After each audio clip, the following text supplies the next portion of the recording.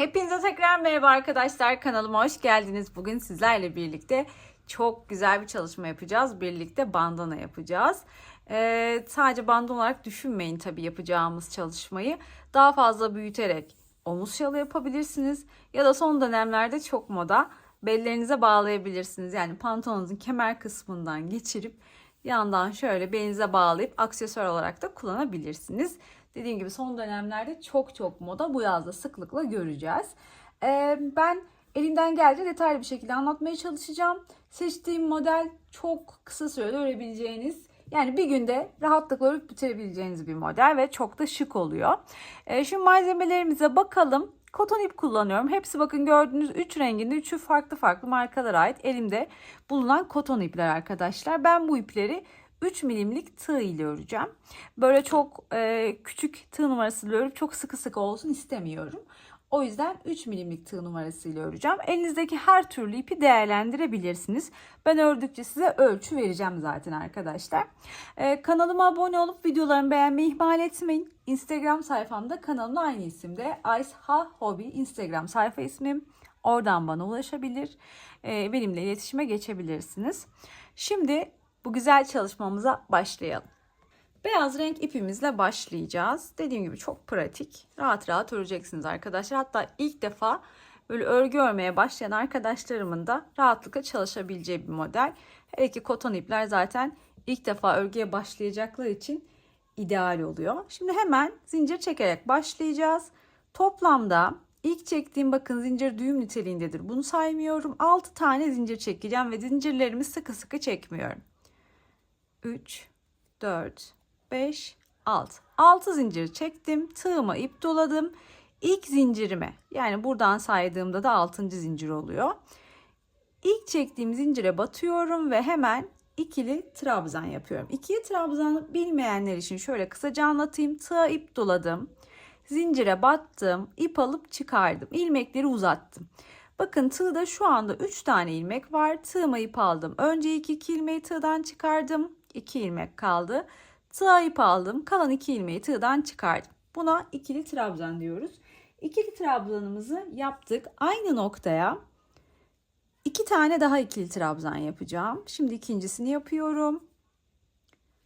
Daha sonra da üçüncüsünü yapıyorum. Bakın 3 tane ikili trabzan yaptım. Sonra bir tane zincir çekiyorum. Tığıma şimdi 2 defa ip doluyorum. Üçlü trabzan yapacağım. Bunu da ilk defa yapanlar için detaylı anlatayım. Sonrasında zaten detaylı anlatmayacağım. Bakın tığa 1 ve 2. İpi 2 kere doladım. Az önce trabzan yaptığım noktaya battım. İp aldım ve çıkardım. İlmeklerimi uzattım. Bakın tığda 4 tane ilmek var. Tığıma ip alıyorum. Önce ilk 2 ilmeği tığdan çıkarıyorum. 3 ilmek kalıyor. Tığ ip alıyorum. Tekrar 2 ilmek tığdan çıkarıyorum. 2 kalıyor. Tığ ip alıyorum ve tekrar 2 ilmeği tığdan çıkarıyorum. İkişerli olarak ilmeklerimi çıkarıyorum. 3 defa da çıkardım ve bunu da üçlü trabzan olarak yapmış oldum. Şimdi ilk sıramız bitti. 6 tane zincir çekeceğiz. Her sırada 6 tane zincir çekip döneceğiz arkadaşlar. 6 zincirimi çektim ve dönüyorum. Bakın bir önceki sırada bir tane üçlü trabzan yapmadan önce bir tane zincir çekmiştim. Bu bir zincire batıyorum. Hatta şöyle yapalım, kafa karışıklığı olmasın. Direkt bu boşluğa batıyorum ve 3 tane ikili trabzan yapıyorum. 2 ve 3. Bir tane zincir çekiyorum. Aşağıdaki 3 tane trabzanı atlıyorum. 3 trabzandan sonraki boşluğa batıyorum ve 3 tane ikili trabzan yapıyorum. Şimdi bir tane zincir çekiyorum. Sırayı bitireceğim. Bitirirken üçlü trabzan yaparak bitireceğim. O yüzden tığıma 2 defa ip doladım. Bir önceki sırada dönerken çektiğim bakın 6 tane zincirlik kısım burası.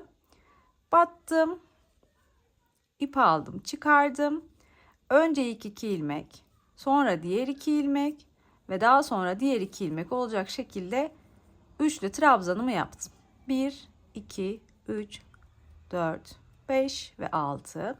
6 tane zincir çektim. Tığıma ip doladım ve döndüm. Hemen ilk boşluğuma 3 tane ikili trabzanımı yapıyorum. 2, 3. Bir tane zincir çekiyorum. Aşağıdaki 3 tane trabzanı atlayıp yanındaki boşluğa batıp bu boşluğu da 3 tane ikili trabzanla dolduruyorum. Bir zincir çekiyorum. Tekrar trabzanları atlıyorum. Bir sonraki boşluğa batıyorum ve 3 tane ikili trabzanımı yapıyorum. Bir zincir çekiyorum ve sırayı bitireceğim. Sıramı bitirirken her zaman üçlü trabzanla bitiriyorum. Bir zincir çektim. Tığıma 2 defa ip doladım. Bir önceki sırada çektiğim zincirin ilk görünenine, zaten bir tanesi görünmüyor arkadaşlar, üstüne 3 tane zincir denk geldiği için. İlk görünen kısmına, yani aşağıdan sayacak olursam 3. oluyor bu. 3. zincire batıp üçlü trabzan yapacağım.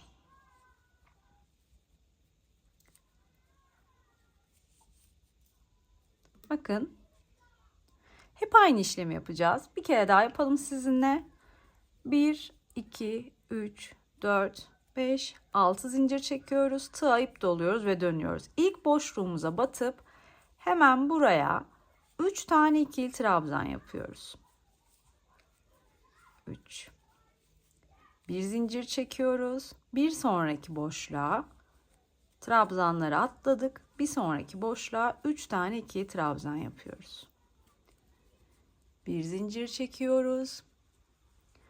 Trabzanları atladık. Bir sonraki boşluğa 3 tane zincir çekiyor. 3 tane ikili trabzan yapıyoruz. Bir zincir çekiyoruz. Trabzanları atladık. Son boşluğumuza 1, 2, 3 tane ikili trabzanı yaptık. Tekrar bir zincir çekiyoruz ve üçlü trabzanla sırayı kapatacağız. Tığımıza 2 defa ip doluyoruz.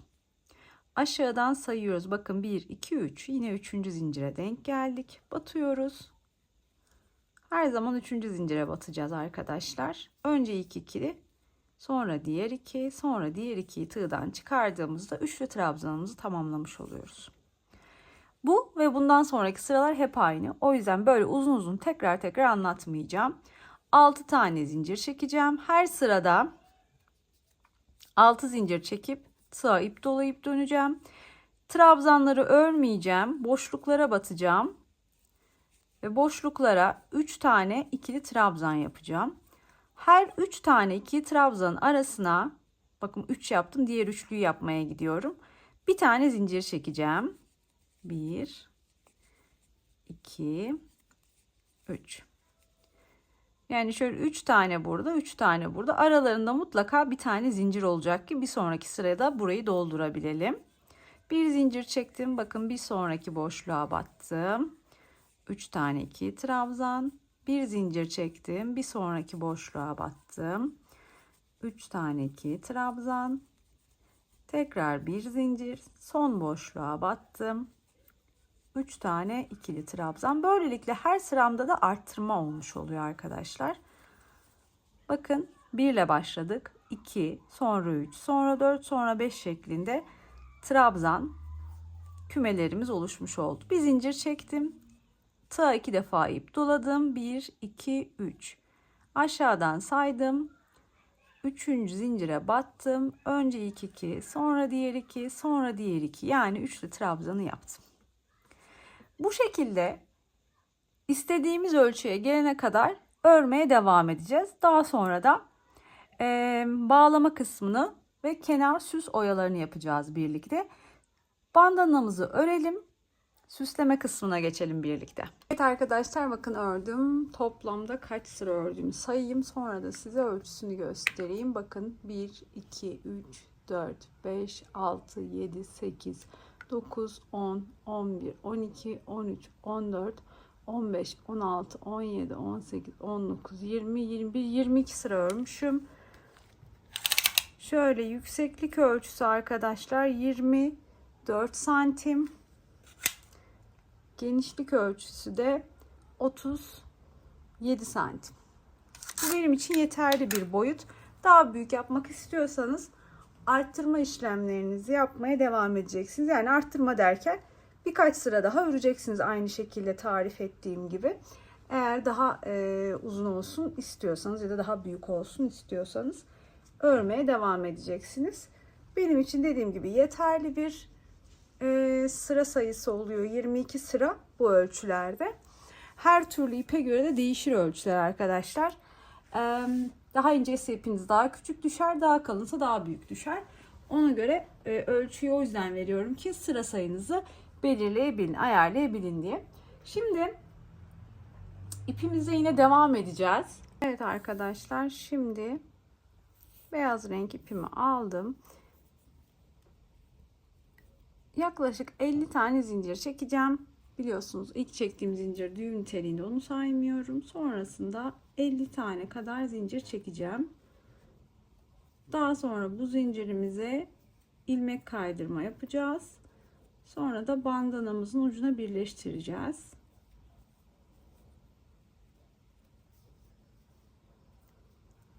Bakın görmüş olduğunuz gibi zincirlerimi sıkı sıkı yapmıyorum. Elimi gevşek tutuyorum. Bir tane zincir çektim arkadaşlar. Bu 50 zincirin üstüne ilmek kaydırma yapacağım. İlk zincirimi örmeden atlıyorum. İkinci zincirime ilmek kaydırma yapıyorum. Bilmeyenler için anlatayım. İkinci zincirime battım, ip aldım ve çıkardım. Çıkardığım ilmeği tığda bekleyen diğer ilmeğin içine geçirdim. Bakın tekrar yapalım. Bir tane ilmek var tığda. İkinci zincirime, yani bir sonraki zincirime battım, ip alıp çıkardım. Çıkardığım ilmeği tığda bekleyen diğer ilmeğin içinden geçirdim. Bu şekilde bütün zincirlerime ilmek kaydırma yapacağım. Sonra da bandanamı birleştirip diğer ucuna da aynı işlemi yapacağım. Zaten size göstereceğim yine o kısımları. Arkadaşlar, ilmek kaydırmalarımı yaptım, bitirdim. Şimdi bandanamı alıyorum. Bakın uçtaki şöyle şu parça ipi de şöyle koyacağım üstüne. Yani altına pardon. Uçtaki ilk boşluğa batıp hemen sık iğne ile buraya birleştiriyorum. Sık iğneyi nasıl yapıyorum? Boşluğa batıyorum. Tığda ilmeğim var. Boşluğa battım, ip aldım, çıkardım. 2 ilmek oldu. Tığıma ip aldım ve 2 ilmeği tek seferde tığdan çıkardım. Bunda sık iğne bilmeyenler için anlattım. Çünkü ilk defa videolarımı izleyen, ilk defa örgü örmeye çalışan arkadaşlarımız oluyor. Onlar için böyle kısaca bilgileri de veriyorum. Şimdi trabzanımın üstüne bir sık iğne, yanındaki trabzana bir sık iğne, yanındaki trabzana bir sık iğne. Boşluğa bir tane sık iğne yapıyorum. Çünkü burası bir zincirlik bir boşluk. Sonraki trabzanları yine üzerlerine birer tane sık iğne yaparak örüyorum. Trabzan üzerlerine birer tane, boşluğa birer tane sık iğne şeklinde sona kadar ilerleyeceğim. Sonda da diğer bağlama askımızı yapıp bitireceğiz.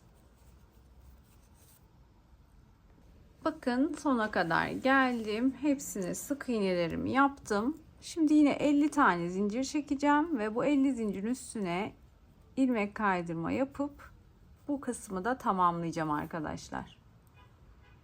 Bakın sona kadar ilmek kaydırmamı yaptım. Bandanama da bir tane ilmek kaydırma yapıyorum.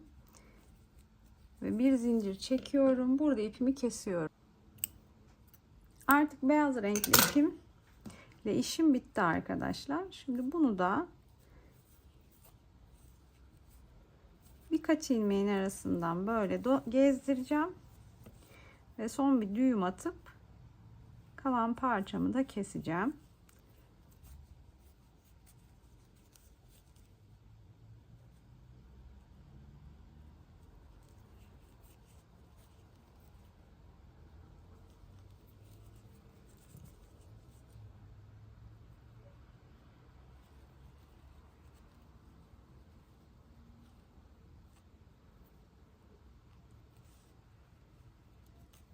Elimle iyice sıkılaştırıyorum düğümünü. Kalan ip parçamı da kesiyorum. Şuradakini de keselim. Evet, şimdi bağlama kısmı için yaptığım 50 zincirlik ilmek kaydırma işleminin ölçüsünü de vereyim size. Bakın şuradan tutacağım. 22 santim arkadaşlar. 20-22 santim yeterli olur. Şimdi yeşil renkli ipimizle kenar oya kısmına başlayabiliriz. Şimdi yeşil renk ipimizi aldık. Kenar kısımlarını yapacağız arkadaşlar. İşlem yapmadığımız iki kenarımız var. Bunlar bizim başımızın arkasında tam saçlarımızın üstüne denk gelecek şöyle. Buraları çiçeklerle süsleyeceğiz. Şık bir görüntü vereceğiz. Şimdi yeşil renk ipimi aldım. Sık iğne yaptığım sıraya batıp önce ipi buraya sabitleyeceğim. Ya da evet, batalım. İp aldım, çıkardım. Çıkardığım ilmek bakın bekliyor. Tığa tekrar ip aldım. Çıkardığım ilmeğin içinden geçirdim. Yani ipi önce buraya sabitledim. Daha sonra yanındaki boşluğa batıyorum. İp alıp çıkarıyorum. Çıkardığım ilmeği tığdaki diğer ilmeğin içinden geçiriyorum. Yani ilmek kaydırmayla buraya geçmiş oluyorum. Sonra 1, 2, 3 tane zincir çekiyorum. Tığıma ip doluyorum. Aynı boşluğa batıp bir tane ikili trabzan yapıyorum. Daha sonra 1, 2 zincir çekiyorum. İlk çektiğim 3 tane zincirle ikili trabzanın birleştiği şu noktaya, ikisinin de ilmeklerine yani batıyorum. İp alıp çıkarıyorum. Çıkardığım ilmeği tığdaki diğer ilmeğin içinden geçiriyorum. Yani ilmek kaydırmayla küçük bir pıtırcık yapıyorum. Tığıma ip alıyorum. Aynı boşluğa tekrar batıyorum. Bir tane ikili trabzan. Sonra 1, 2 tane zincir çekiyorum. Ve hemen tekrar aynı boşluğa batıp ip alıp çıkarıyorum. Çıkardığım ilmeği tığdaki ilmeğin içinden geçiyorum. Yani ilmek kaydırmayla buraya sabitliyorum o iki zinciri. Sonra yanındaki boşluğa geçiyorum. Buraya 1, 2, 3 tane sık iğne yapıyorum. Daha sonra yanındaki boşluğa geçip şu işlemi tekrar edeceğim. Önce boşluğa geçip bir tane ilmek kaydırma yapıyorum. 3 tane zincir çekiyorum. Tığıma ip doluyorum. Boşluğa batıp bir tane ikili trabzan yapıyorum. 2 tane zincir çekiyorum. 3 zincirle ikili trabzanın ve şu 2 tane zincirin dibindeki, bakın 2 zincirin dibi 3 zincirli ikili trabzanın tam tepe noktası, yani ikisinin birleştiği yerdeki şu iki ilmeğe batıyorum. İp alıp çıkarıyorum. Çıkardığım ilmeği tığdaki diğer ilmeğin içinden geçiriyorum. İlmek kaydırma yapıyorum. Tığa ip doluyorum. Aynı boşluğa batıp ikili trabzan, 2 tane zincir ve tekrar aynı boşluğa batıp ilmek kaydırmayla bitiriyorum. Şöyle elimle de bakayım. Evet, gayet yeterli oluyor ilmek sayısı. Daha sonra bir sonraki boşluğa geçiyorum. 1, 2, 3 tane sık iğne. Bir sonraki boşluğa geçiyorum. Önce ilmek kaydırma, 3 zincir, ikili trabzan, 2 zincir, trabzanla 3 zincirin birleştiği noktadaki ilmeklere batıp ilmek kaydırma, daha sonra ikili trabzan, 2 zincir ve aynı boşluğa batıp ilmek kaydırmayla bitiyor. İlmek kaydırmayla başlayıp ilmek kaydırmayla bitiriyoruz. Ve yanındaki boşluğa da hemen geçip 3 tane sık iğne yapıyoruz. Bu şekilde tamamını döneceğiz arkadaşlar. Hep aynı işlemler. O yüzden tekrar etmeyeceğim. 3 tane sık iğne, sonra tomurcuk kısmı. 3 sık iğne, sonra tomurcuk kısmı şeklinde devam ettireceğiz. Anlatımım size hızlı geliyorsa videoyu yavaşlatabilirsiniz, geri sarabilirsiniz. Yavaş geliyorsa da hızlandırabilirsiniz. Bu tamamen sizin elinizde. Anlamadığınız kısımlar varsa tekrar geriye sarıp tekrar izleyebilirsiniz. Elimden gelince detaylı anlatmaya çalışıyorum. Şimdi tamamını şöyle yeşille döneceğim. Sonrasını yine birlikte devam edeceğiz. Evet arkadaşlar, bakın ben bütün etrafını yeşil renk iple döndüm. Yani yapraklarımızı yapmış olduk. Tomurcuk yapraklarımızı. Şimdi güllerini yapacağız. Önce şu ipimi keseceğim.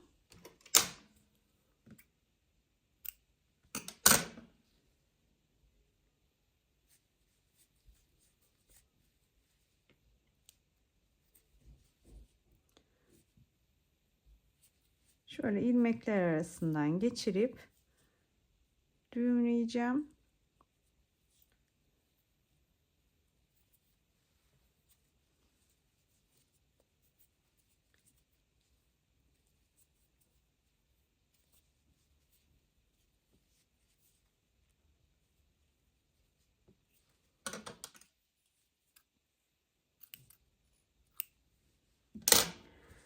Evet, şimdi güllerimizi yapabiliriz.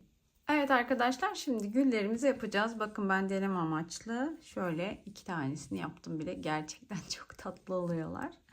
Şimdi birlikte yapalım. Gülleri şu görmüş olduğunuz 3 tane yaptığımız sık iğnelere yapacağız. Kullanacağımız renk ipimizi alıyoruz. 3 tane sık iğnenin ikincisine batıyoruz. İpimizi alıp battığımız yerden çıkarıyoruz ve bir zincir çekip ipi önce buraya sabitliyoruz. Daha sonra 1, 2, 3, 4, 5, 6, 7, 8, 9, 10 tane zincir çekiyoruz arkadaşlar. 10 zincir çektikten sonra ilk zincirimizi örmeden atlıyoruz. İkinci zincire batıp bir tane sık iğne yapıyoruz. Daha sonra üçüncü zincirimize batıp bir sık iğne. Dördüncü zincirimize batıp bir sık iğne. Yani yan yana 3 tane sık iğne yaptık. Beşinci zincirimize batıyoruz. Buraya ikili trabzan yapıyoruz. 2 tane. Altıncı zincire batıyoruz. Buna da 2 tane ikili trabzan. Yani altıncı zincirin içine 2 tane ikili trabzan yapıyoruz. Yedinci zincirimize batıyoruz ve yedinci zincirimize de 2 tane ikili trabzan yapıyoruz. Şimdi tığımızı 2 defa ip doluyoruz. 8. zincirimize batıp 3 tane üçlü trabzan yapacağız. Bakın ikincisini yapıyorum. Şimdi üçüncüsünü yapıyorum. 9. zincirime de yine 3 tane üçlü trabzan. Bu birincisiydi. Bu ikincisi. Bu da üçüncüsü. 10. zincirime de 3 tane üçlü trabzan yapıyorum. Birinci, ikinci ve üçüncü. En son 4 tane zincir çekiyorum. Son zincirime, yani 10. zincirime tekrar batıyorum ve ilmek kaydırma yapıyorum. Ya da 10. zincire batmayalım arkadaşlar. Az önce başlarken battığımız sık iğnemize batalım ve buraya ilmek kaydırma yapalım. Daha sağlam olsun. Bir tane zincir çekiyorum ve bir miktar ip bırakıp kesiyorum. Şimdi iğnemi alıyorum. Zaten bakın kendi kendine kıvrıldı bile.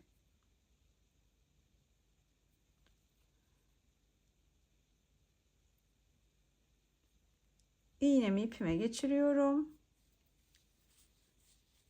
Şöyle gülümü elimle iyice düzeltiyorum. Ve şu dip kısmını dikeceğim.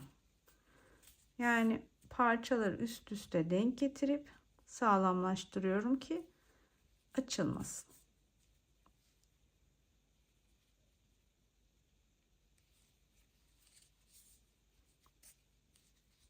Bakın böyle. Bir tane daha yapacağım. Ve en son dipten batırıyorum. Tam iç orta kısmından, hatta şu küçük parçanın ucundan da geçirdim. Tam buradan çıkarıyorum. Düğümü buraya atacağım. Hem görünmeyecek hem de bu orta kısmında sağlam olup olmadığını böylelikle kontrol etmiş olacağız. Evet, düğüm de attım. Şimdi ipi de kestim. Elimle de düzelttim. Bu kadar. Bakın, gülümüz hazır. Ben böyle tek renk çalıştım. Siz derseniz renk renkte çalışabilirsiniz. Bu bütün sık iğnelerimize güllerimizi yapalım. Son haline bakalım birlikte. Evet arkadaşlar, bakın ben güllerle süsledim. Şimdi sonuncuyu da yapacağım. Sonra tamamen bitmiş olacak ve son halini ve ölçüsünü tekrar size göstereceğim. Gülü bir kere daha göstermiş olayım hem de size. Sık iğnemin 3 tane sık iğnenin ikincisine battım. İpim düğüm olmuş, onu açayım önce. İp aldım, çıkardım. 1 2, bakın parça ipi de 3'ün üstüne atıp gizliyorum. 3 4 5 6 7 8 9 10 tane zincir çektim. İlk zinciri örmeden atladım. İkinci zincire sık iğne yaptım. Yanındaki üçüncü zincire sık iğne. Dördüncü zincire sık iğne. Yani yan yana 3 tane sık iğne yaptım. Tığıma ip doladım. Beşinci zincire 2 tane ikili trabzan. Altıncı zincire 2 tane ikili trabzan. 7. zincire 2 tane ikili trabzan. Yani yan yana 3 zincire de ikişer tane ikili trabzan yaptık. 2 defa tığıma ip doladım.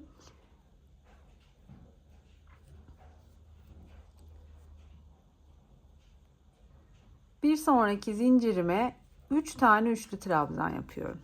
1 2 3.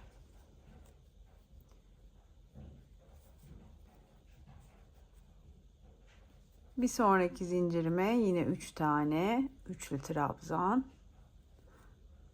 Yani 9. zincirim bu da. 2 3 ve son zincirime 3 tane üçlü trabzan. 1 2 ve 3. En son 4 tane zincir çekiyorum.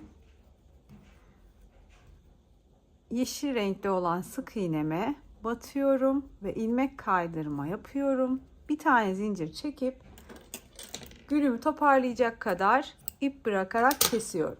Şimdi ipimi iğneye geçirdim. Zaten bakın otomatikman kendi dönüyor gülün. Şöyle tam dibinden dikiyorum.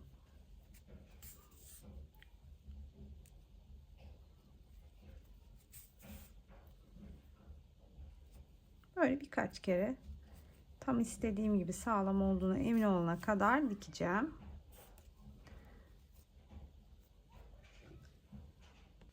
En son arkadaşlar şöyle bakın, sık iğneye batıyorum. Bir kere daha geçiyorum.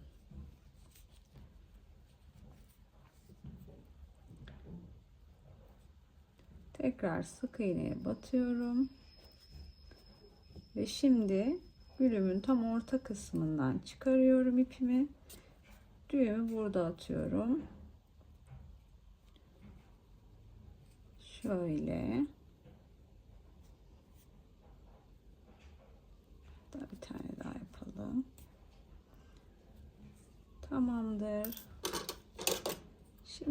kesiyorum. Ve tamamen hazır. Gerçekten efsane güzel bir bandana oluyor. Sadece bandana olarak düşünmeyin, dediğim gibi son model dönemlerde biliyorsunuz moda aksesuar olarak kullanabiliyorsunuz. Belinize bağlayabiliyorsunuz. İstediğiniz formlarla değerlendirebilirsiniz. Kombinlerde kullanabilirsiniz. Şimdi çok az miktarda ip gitti arkadaşlar. Hemen onu da ölçüp söyleyeyim size. Arkadaşlar ölçtüm. Toplamda 50 gram ip gitmiş. 50 gramlık iple size böyle şahane bir bandana örebilirsiniz. Dediğim gibi şöyle ölçüsünü tekrar göstereyim size. Yeşilleri de yaptığım için şu an 41 santim genişliği var. Bir de şuradan ölçeriz. 26 santim de uzunluğu var arkadaşlar. Aklınıza takılan bir şey olursa yorumlara yazabilirsiniz. Kanalıma abone olup videolarımı beğenmeyi ihmal etmeyin. Sonraki videolarımda görüşmek üzere. Hoşça kalın.